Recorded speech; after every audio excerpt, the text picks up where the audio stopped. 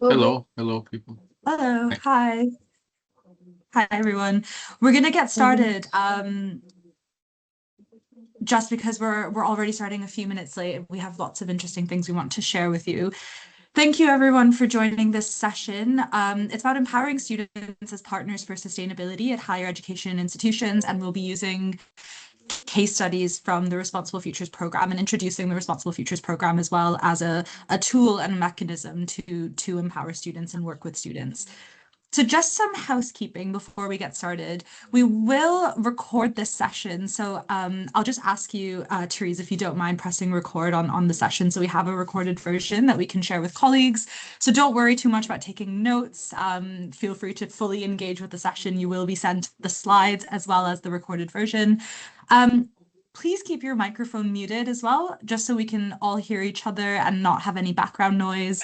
You can use the raise hand function if you'd like to ask a question, and there's also a chat box. And I'd love to encourage all of you to introduce yourself, ask questions throughout the session as well if you have any questions, but let us know who you are, what your role is, where you're coming from, what institution you're coming from as well. I think we have a really interesting international good mix of folks from around the world.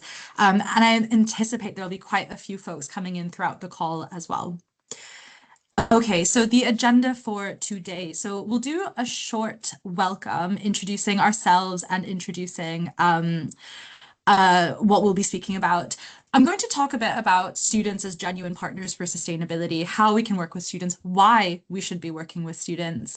And then we'll be sharing some case studies. So we'll have Amel Boudarbala, who's a professor in corporate social responsibility at University of La Manouba in Tunisia, and Alison Maxted, who's the sustainability office manager at Mohawk College in Canada. And they have some really interesting examples and case studies of work that they've done through the Responsible Futures program to engage students and to engage their institution, colleagues across the institution more widely.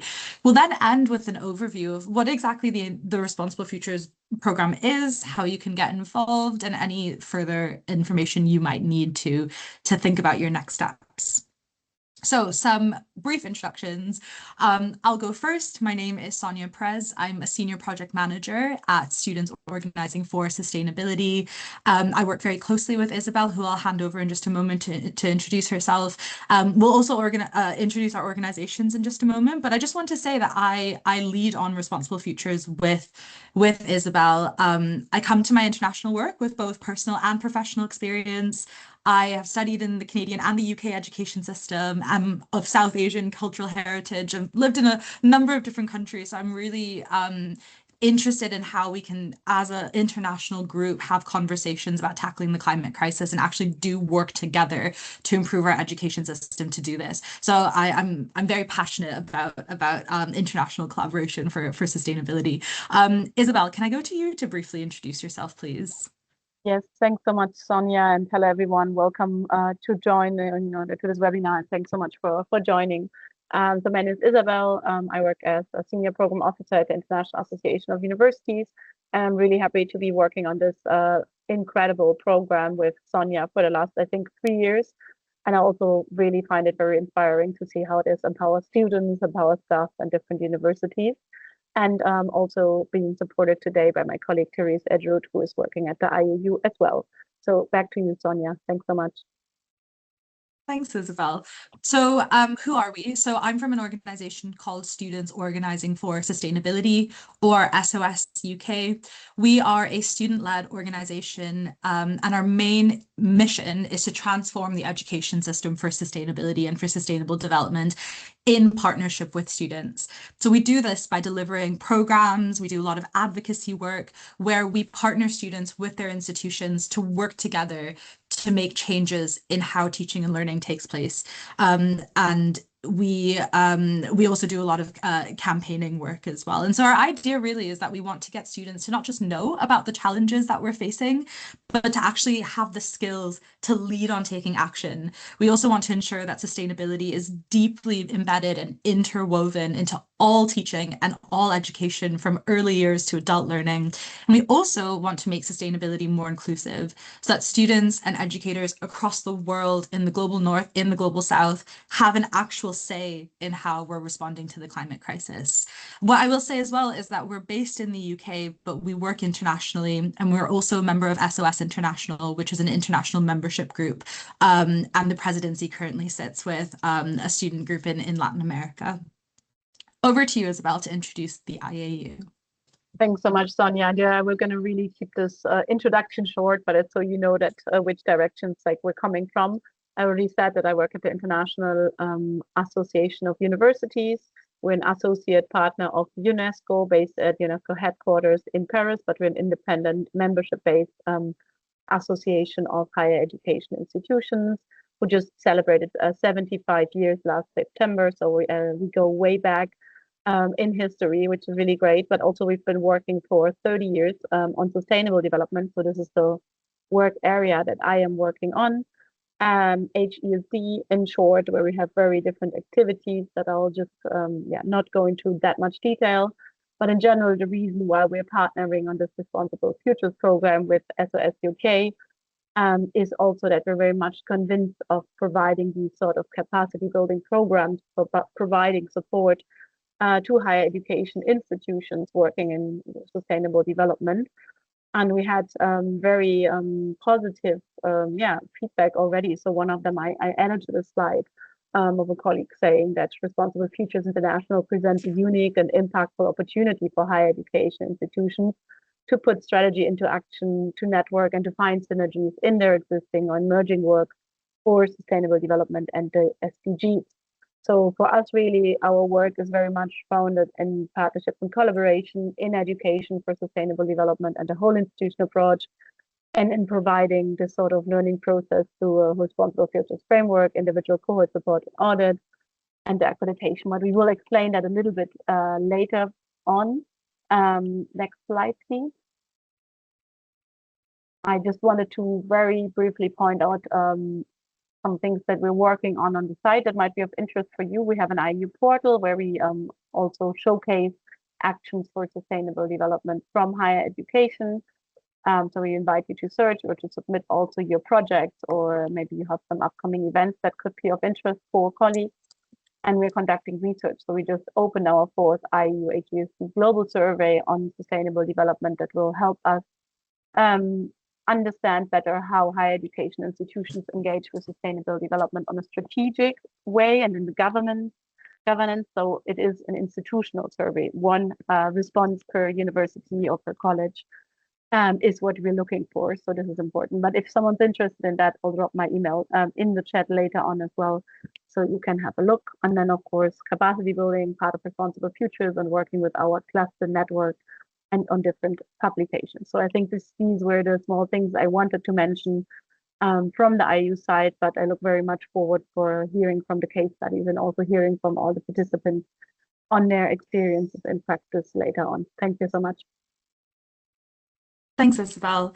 So what I'd like to do is first have a bit of a conversation around students as partners in sustainability and how we can empower students to do this. And then I'll hand over to our colleagues from University of Manouba and Mohawk College to talk more about concrete case studies of how they've done this. Before I get started, I want to ask all of you as a bit of a check-in question. Why do we need to work with students as partners for sustainability? Why is it so important that we see students as genuine partners and empower students to do this work? So have a moment to think, and please then share your response in the chat. And we could also take a couple responses from folks who would like to unmute themselves. But think about it for a moment. Why is this work so important that we work with students? And please share your response in the chat. I'll give you a couple minutes.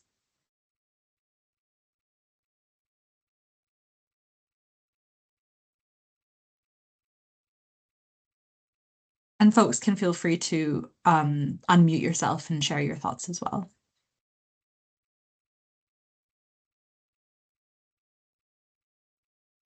It's a big question, so I will give you some time to think.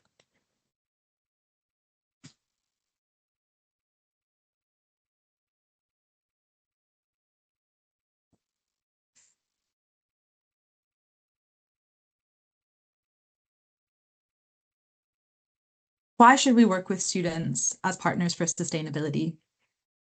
Why is working with students important? So Isabel has said students want to be part of the change process and bring a lot of energy in. Absolutely. And that's actually something we'll speak about in just a moment. Students are actively wanting to be a part of this process.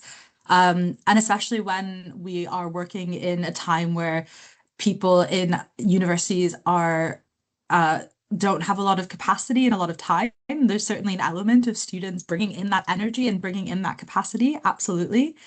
Would anyone else like to share a response? There's no wrong answers really. Luz, you said, Stu I think students. Oh, sorry, Students, I'll just, yeah, go ahead. Yeah, yeah. students are the foundation of the program because the program is grounded on the activity of the student in University of Manouba. We believe really in the student, and all the activity emerge from the students and the teachers, also the teachers. The students are the foundation of the program. Yeah, absolutely. So they're the foundation, they're the reason, these programs exist. Absolutely. Luz, you've said students are essential. They're exactly similar to what we've just spoken about. They're the main users of higher education institutions, and therefore, absolutely, they deserve to be involved in how decisions are made because it impacts them. And then there's a couple other responses. So Philip, you've said students can start on the ground floor because they are beginning their careers. And that's a really interesting response because it ties into something we'll speak about later, which is that in this work, we need changes to happen across all levels. So we need top-down changes coming from policy and strategy, but we also need those changes that happen from the ground floor, from the bottom up. And we need students to be a part of that movement. Saparov, you've said students are partners. So it's a collaborative model where students and staff can work as equals to co-create, implement, and govern environmental solutions. And I love how you've kind of said co-create, implement, as well as govern. So giving students that opportunity to have that oversight, that formal oversight as well is absolutely fantastic. Yati, you've said students have first-hand experience with the learning process, which gives them unique insights into what is effective and what is not. By involving students as partners, institutions can access more accurate, real-time feedback and design solutions that are better aligned with actual learning needs. And that's a huge aspect. So when we work with students, we're actually delivering education that is more fit for purpose. And exactly like you said, it's more accurate and effective. There's some really fantastic responses in the chat. So hopefully that was a helpful exercise for all of you to just think a bit about why exactly we're doing this work and why it's so important that we work with students. So I have a couple ideas for you to think about in terms of how we might answer this question. Why do we need to work with students as partners for sustainability? So one of the key things is that students are current leaders, but also they will be future leaders. They'll be members of civic society. They'll be part of developing a culture and systems and a values when they graduate from their place of learning. So there are over 222 million students enrolled in tertiary education, so higher education institutions globally. Can you imagine if every student felt equipped to be a change agent for sustainability? That's a significant, proportion of the global population. And imagine if everyone felt equipped to actually take action and to be able to shape a better world. So some examples we have of students being change agents, being partners in sustainability. So on the left-hand side of the screen, we have Fridays for Future. So it's a youth-led and student-led organized movement that began in August 2018. It began after 15-year-old Greta Thunberg and other young activists sat in front of the Swedish parliament every school day for 3 weeks to protest against the lack of action on the climate crisis. Young people from 204 countries took part. In the UK, where I'm based in Scotland, there is a campaign called People and Planet. It's a youth-led campaign with societies based in different universities across the UK. And this campaign has been instrumental in ensuring that there are currently 116 universities who've committed to divesting from the fossil fuel industry, and it's from a student-led campaign. And then lastly, I also want to talk about individual young people and students who do work. So Vanessa Nakate is a Ugandan activist. She started a solidarity strike outside the Parliament of Uganda against inaction on the climate crisis. And she also started the Rise Up movement to empower women and girls in Africa, highlighting how we need to take an intersectional approach to our climate action. So there's lots more examples as well of when we equip students, when we empower them, when we work with them as genuine partners, amazing things can happen. And again, just a reminder of the number of students, nearly 300 million students across the world. That's a lot of people that can be involved in this work. But what's really important as well, and Isabel mentioned this, is students should be active partners in sustainability because they want to be. We're hearing from students that this is important to them. So in the UK, we run, SOS runs an annual survey. It's called the Sustainability Skills Survey. We've been running it now for nearly 15 years, and we have 15 years of data that tells us that the majority of students we survey every year want to learn about sustainability, want to be involved in sustainability action, and they feel their place of learning, their university, is where they should be able to access this kind of learning. So from our last survey of around 11,000 students across the UK, we found that 86% say that their place of study should teach skills and help them to understand that positively, how to positively impact society and the environment. 77% would like to see sustainable development actively incorporated and promoted through all courses. So not just having sustainable development incorporated into social sciences or into geography, but in all courses. So students, no matter what they study, can understand more deeply how to take action.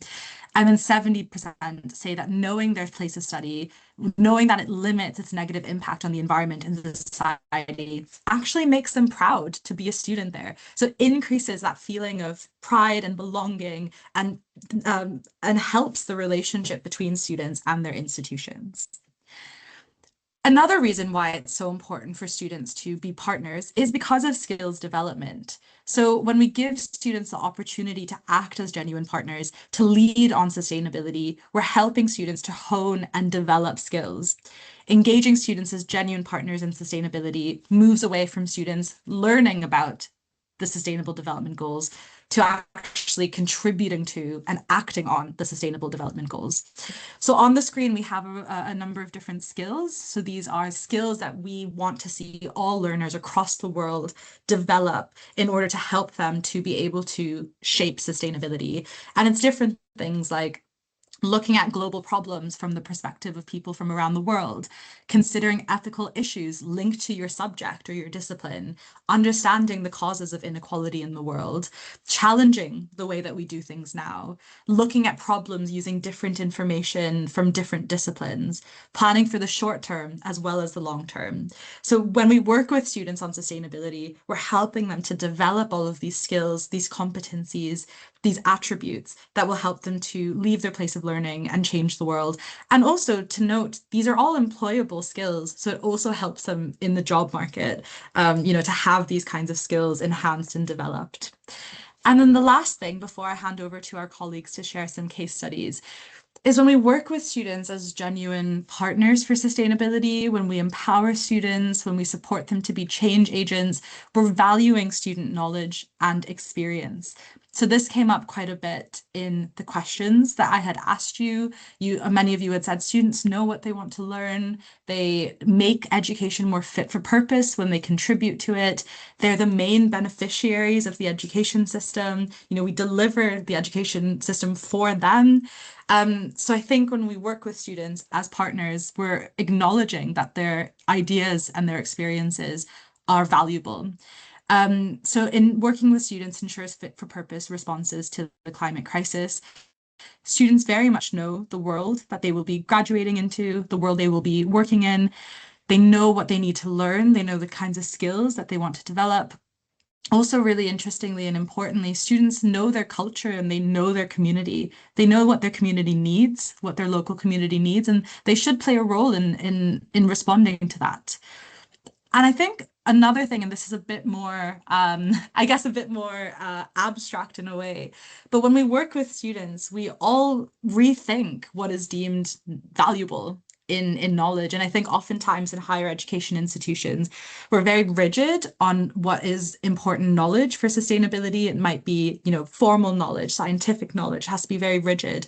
But when we work with students, we open ourselves up to understanding students' lived experiences, their cultural experiences, their emotional intelligence. And it just means that our work is richer and our response to the climate crisis is more effective and is much more holistic, essentially. What I also want to say is on the screen, we have a screenshot of a report. So in 2024, we led student-led consultations on each continent. So students led a consultation with a wider group of students on green jobs. And we published a report with some key recommendations. And across all continents from these consultations, we found students overwhelmingly want to learn about green skills. They want to be equipped with sustainability skills to bring into their future employment.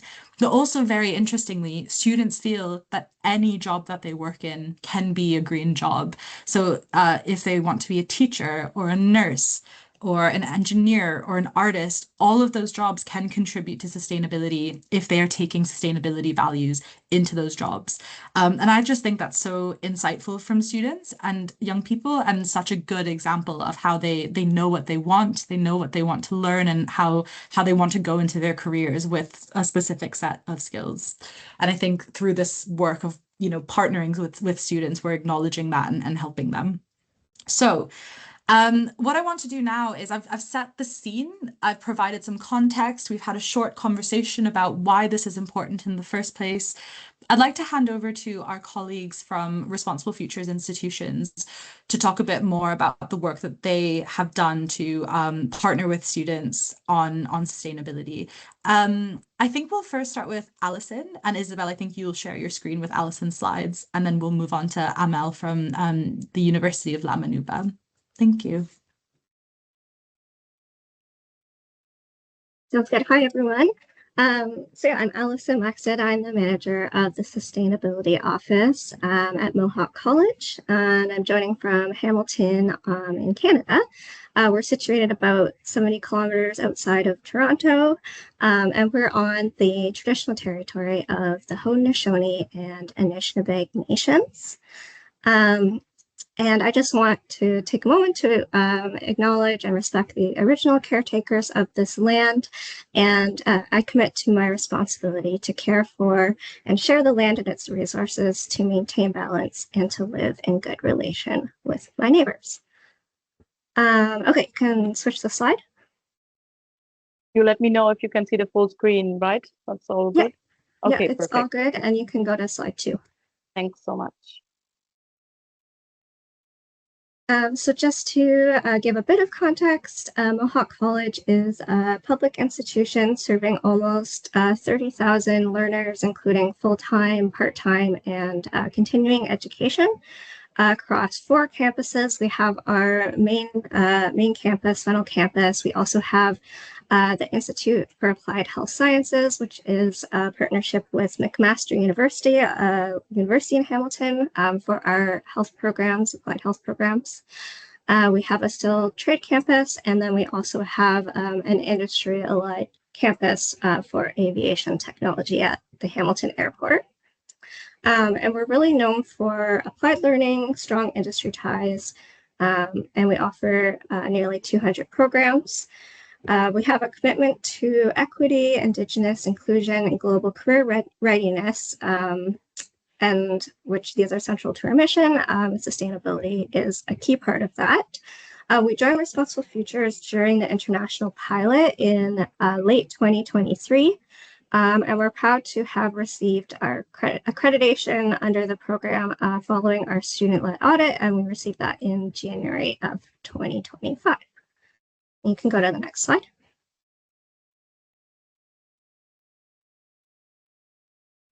So I just sort of wanted to give a bit of perspective on where Responsible Futures kind of fits in when it comes to our student engagement, student leadership. So as I mentioned, I manage the sustainability office. So we offer a lot of different pathways for students to get involved in sustainability, especially hands-on opportunities through campus programs and initiatives and events. As well as partnerships that we have externally, such as with the World Wildlife Fund, as well as Responsible Futures.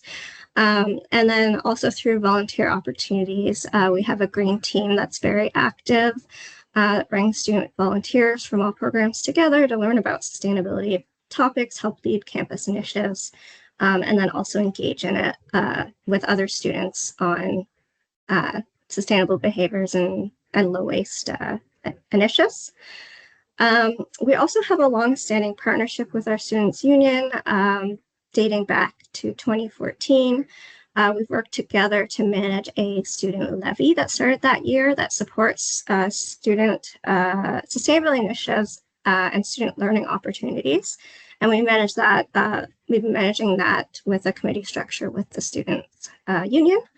So that's given students a direct role in deciding how sustainability funding is used on our campus. So joining Responsible Futures as we did in 2023 really was an evolution of the work that had already been happening at our college. And it really reflected and kind of fit into a lot of conversations that we'd already been having with students and initiatives that we were starting to introduce, really around. So we've had a lot of strong hands-on participation in extracurricular ways and within our operations, but we're seeing that students wanted to see sustainability, not just as an extracurricular, something that we're talking about as like a personal choice for students to take on, but really about seeing that embedded across the institution and including that formal learning and, how the college makes decisions and so on. So it's been more of a focus on that systemic change and also by positioning the college itself as an organization that is learning and evolving and changing, and positioning our students as partners in that. You can go on to the next slide. Our involvement with Responsible Futures has had a number of impacts on our organization, which I will struggle to summarize in the amount of time that I have, but I'll do my best. So I'm just going to highlight 3 of those. So one is that we are seeing student voices really actively shaping our decision as a result of this program.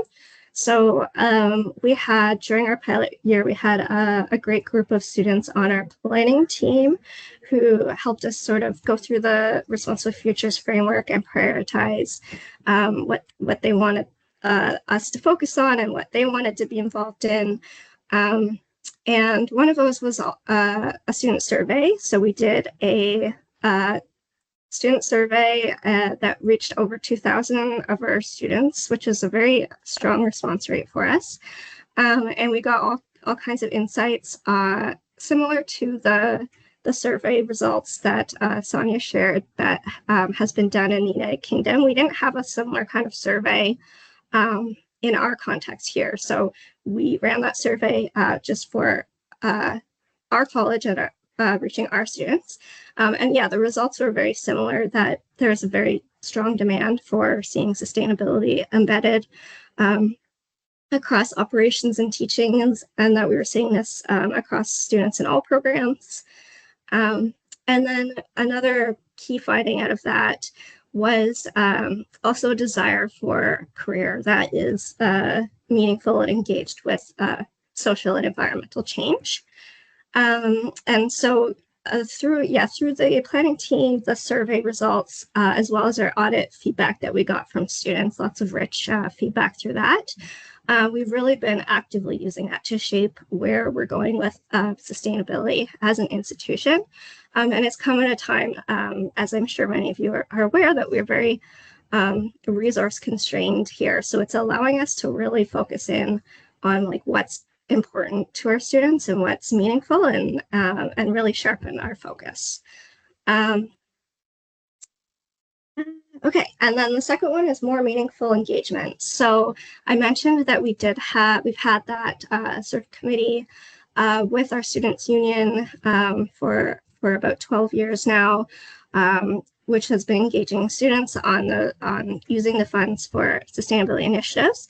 There have been a lot of conversations with the students union kind of leading up to when we joined Responsible Futures around how could we kind of expand that partnership around sustainability, because our students were interested in having more meaningful engagement and engaging on some of the topics that maybe are more pressing or higher in their minds than like cycling infrastructure, for example. Not that that's not important, but things like career services, curriculum, and the overall sort of student experience.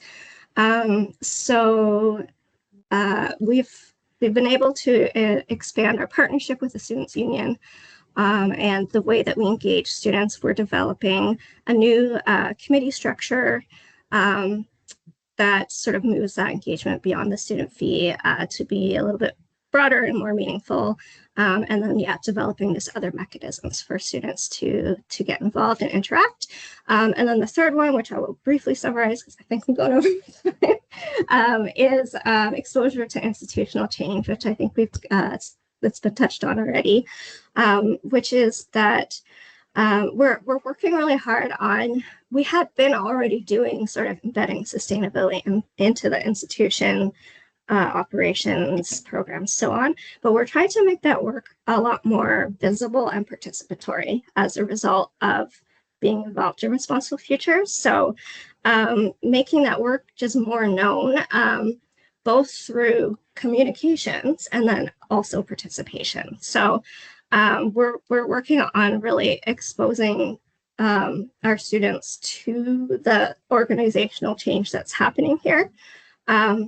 And that's, it allows our students to get exposure to that sort of systemic change that we're really going to need to see across organizations and industries worldwide. And it's also been great support to have the framework, which you'll hear about later, I'm sure, and our collaboration with other institutions that are involved with Responsible Futures, as well as created a great resource for us to be able to learn about what others are doing and bounce ideas off other folks doing this work as well.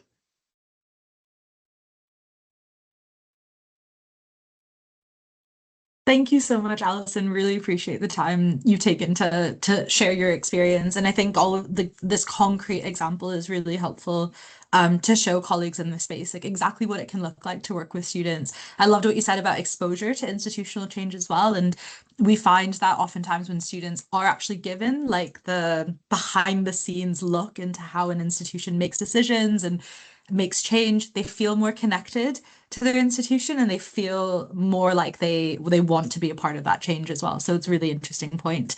What I'll do now is I'll go to Amel Boudirbala from University of La Manouba to also talk about work engaging students through the Responsible Futures program. Here we are. Can everyone see my screen? Yeah, thank you, Sonia. No problem. Okay, let's, over to you. So as you said, let me introduce myself I am professor at the University of Manouba. I have been working for over 15 years on corporate social responsibility and sustainable development. And I'm also in charge of project at the UNESCO Chair on Higher Education for Sustainable Development in Africa at the University of Manouba, which implements the Responsible Future Do you hear me? Yes, I can hear you. I think I'm just going to remind colleagues to please keep yourself on mute so that we can ensure that our colleague Amel is able to properly present. Yeah, back to you, Amel. Sorry about that. Okay. So before presenting the action plan, I titled this presentation Integrating Sustainable Development into Teaching and Learning through a holistic and inclusive institutional approach. This title reflects two key concepts that we considered and that allowed us to develop the action plan. The concepts are the inclusive institutional approach and the holistic institutional approach. I will come back to it later. I would also like to emphasize that at the UNESCO chair, we have developed a structure that we have put at the service of the Responsible Future project. This inclusive structure, which facilitates project coordination and collaboration, is as follows. Each institution has a student club called Green Club Yuma, means University of Manouba, and each club has a faculty mentor. Each institution also has a focal point. This inclusive structure allows us to implement the action plan that I am about to present. But first, I would like to describe the steps that led to the action plan and revisit the inclusive and holistic approach. When we embarked on the Responsible Future project in last October, based on its framework, which I emphasize is the starting point when you engage in this project. So when we studied the framework, the two key strengths we focused on were its holistic and inclusive approach within the context of a collective action and co-constructed within the university. To achieve this, a thinking process took place before developing the action plan around these two concepts, the elements of which are as follows. Isabel, you can switch the slide. Yes, it's the slide. I will spend most time on this slide because I will elaborate on each of these points with concrete examples from the University of Manouba. The leadership. The university must be firmly committed to sustainable development. In our case at the University of Manouba, we have a sustainable development policy that it has implemented since 2023, and it's part of the University of Manouba's strategic orientation plan. We must have institutional culture. In our case, we have had a sustainable development unit since 2023 with representatives from each university who ensure the integration of SDGs into the activities of their respective institution. We must have an integrated academic pathways. For example, at the University of Manouba, we planned a workshop for April to introduce teachers to integrating sustainable development into their modules. This workshop will also include students from the Green Yuma clubs who will participate in designing teaching protocols. This is also part of the inclusive approach. We have also did with the Sustainable Development Weeks 2 years ago, and it is what we're continuing with the Sustainable Development Green Fortnight, where for 15 days, students, faculty, and staff participate in activities focused on sustainable development, conferences, workshops, etc. We must have also an experiential learning, encouraging students to participate in sustainable development projects. We organized an hackathon aimed to design concrete projects to improve the well-being of the university community and to create physical and virtual space for sharing between Green Yuma clubs and their various stakeholders involved in sustainable development. The main objective of this event was to promote the flow of information and the development of digital tools to strengthen interaction, visibility, and collaboration around sustainable development. There have been partnership enabling collaboration with local organization, business, and NGOs to provide hands-on experiences and learning opportunities outside of classroom. Another point is inclusivity and diversity.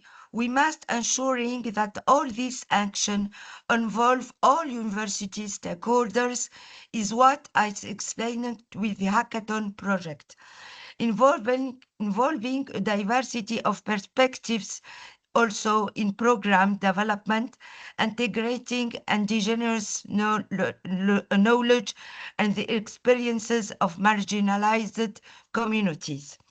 Another point is the evaluation and continuous improvement, monitoring and evaluation, and also collect feedback from students and teachers to continuously improve programs and initiatives through questionnaires. Another point is awareness, organizing campaign to raise awareness with the university community about the challenge of sustainable development. And the last point is resources. We have to provide educational resources and tools to help students and staff understand and engage in sustainable practices.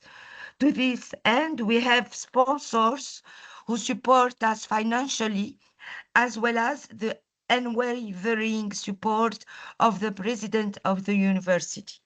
Isabelle, thank you for this slide. Ultimately, this holistic and inclusive approach not only educates students aware of sustainability issues, but also fosters a committed and proactive university community to a systemic change. Following this brainstorming session, we realized that several of our university initiatives already align with the framework and that the action plan should be developed by further expanding on certain relevant actions and adding the missing elements. This led us to make our action plan, which began implementing in January 2026.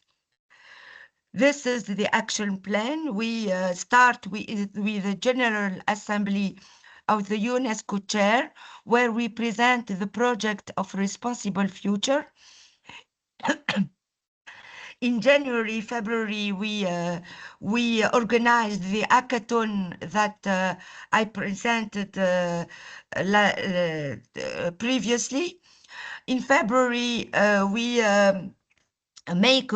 we made a conference entitled The Responsible Future Project for an Accredited University, bringing together students, the member of SDG clubs, and the teacher, the focal points, and we present the Responsible Future project, its process and its reference framework, but also our action plan. The next slide. In February until April, we mapping the courses and the research integrating sustainable development. In April, we have a workshop entitled Sustainability Embedded in Education. Will be organized by bringing together teachers of University of Manouba and the students to think about pedagogic protocols to embed sustainability in programs. In April, we have a capacity building workshop on the whole institutional approach during the AIU conference. Amel, can I ask you to finish in 1 minute, please, just so we have time to talk about responsible futures, if that's possible? Okay. Thank you. Oh, please feel free to continue. Yeah. I can continue? Yes, please. If you're able to finish in 1 minute, that would be really helpful. Thank you. In May, we will organize a panel of socio-economic stakeholders called the Green Best Practices Network to share the responsible best practices and launch an exchange platform. The focus of the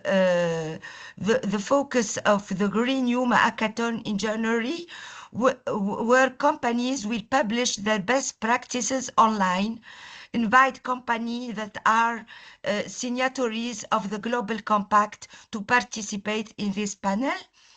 And from September to December 2026, it will be the operationalization of courses integrating sustainable development in the module. And in February, if everything will be okay, we start with the audit process with the student who will conduct the audits over 2 years following the recommendation of Responsible Future. Thank you. Thank you so much. I think that's absolutely fantastic. I'm so sorry to have rushed you slightly or to have asked you to finish. I think we just have so much content and I want to make sure that we can go through it. But I thought it was absolutely fantastic and a really very well thought out holistic approach to using the framework to plan your year ahead.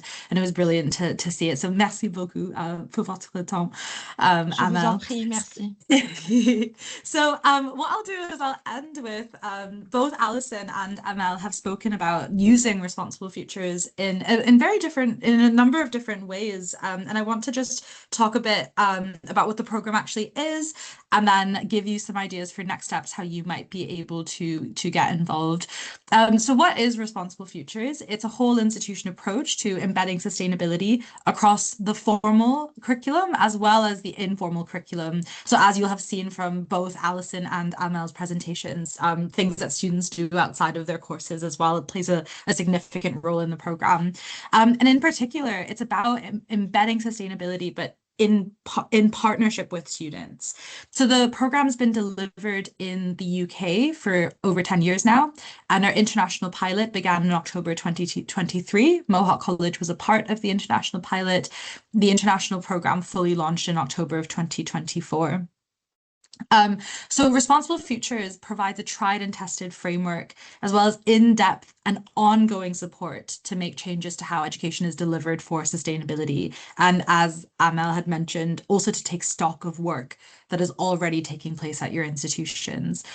And then a student-led audit provides the institution with valuable feedback and recommendations from students and determines Responsible Futures accreditation. So just a note on the framework's been developed and fine-tuned over 12 years with institutions, students, sector bodies contributing to its development. And what that means is now we have a framework that is fit for purpose, relevant, genuinely helpful. It engages staff and students across the institution to make changes across all levels, from that policy level to the bottom up, for meaningful and long-lasting change. And I just also want to add that recently we've revised the framework to ensure that it's up to date with what we all know is a rapidly changing sector and a rapidly changing world as well. So we looked at a few areas.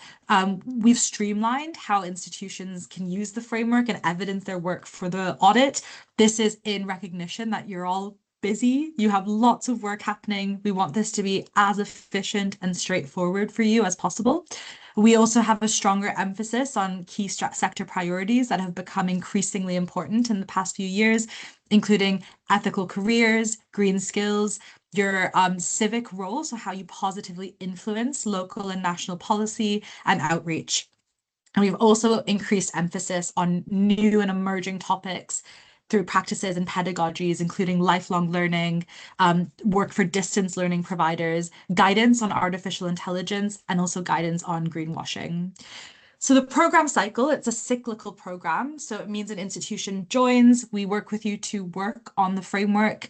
So the framework is a range of criteria that supports actions and changes for sustainability at your institution. We provide support, including individual tailored support and network learning opportunities. So I really want to emphasize this point that we don't just give you the framework, but we help you to deliver on the framework. So you have our help the entire time. We then train your students to deliver a student-led audit to help students to provide you with feedback and recommendations for progressing your work. And we also, through this audit, provide students with a really unique opportunity to understand how their university or college works and how to develop skills and analysis and report writing, interviewing, critical thinking. So as Alison said, making this work more visible to students is really important, and we do that through the audit. Embedded throughout the program is reflection, the monitoring of outcomes and impacts, and continual progress. So it's not at all a tick box exercise, but we work with you over time to make these long-lasting changes that you can understand and that you can track and monitor. And the audit plays a really significant role in helping you track and monitor.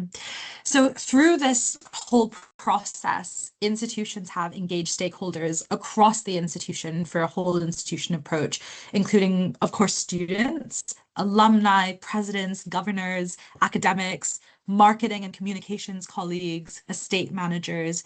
So it really brings everyone together to do this work.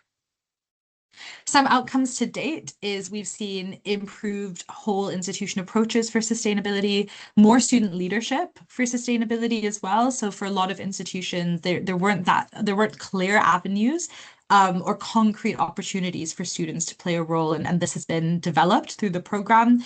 And actually the image on the screen relates to this point.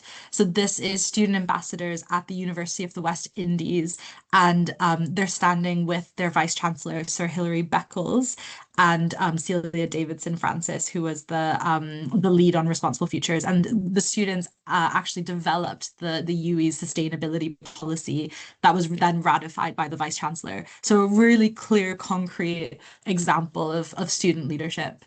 There's through the program, we've seen connectivity and collaboration between institutions for sustainability. So there's lots of opportunities for institutions within the same country, within different countries, to connect, to share resources, to collaborate. We facilitate a lot of advocacy as well. So we help you to advocate for what you need within your national context. We see enhanced innovative initiatives for sustainability and learning, experiential learning, as Amel had noted. And then also we see increased buy-in for sustainability. So oftentimes we work with institutions where maybe a few people know that this is really important, but other people maybe don't prioritize it. And through the program, we're able to get more people to understand why this should be prioritized.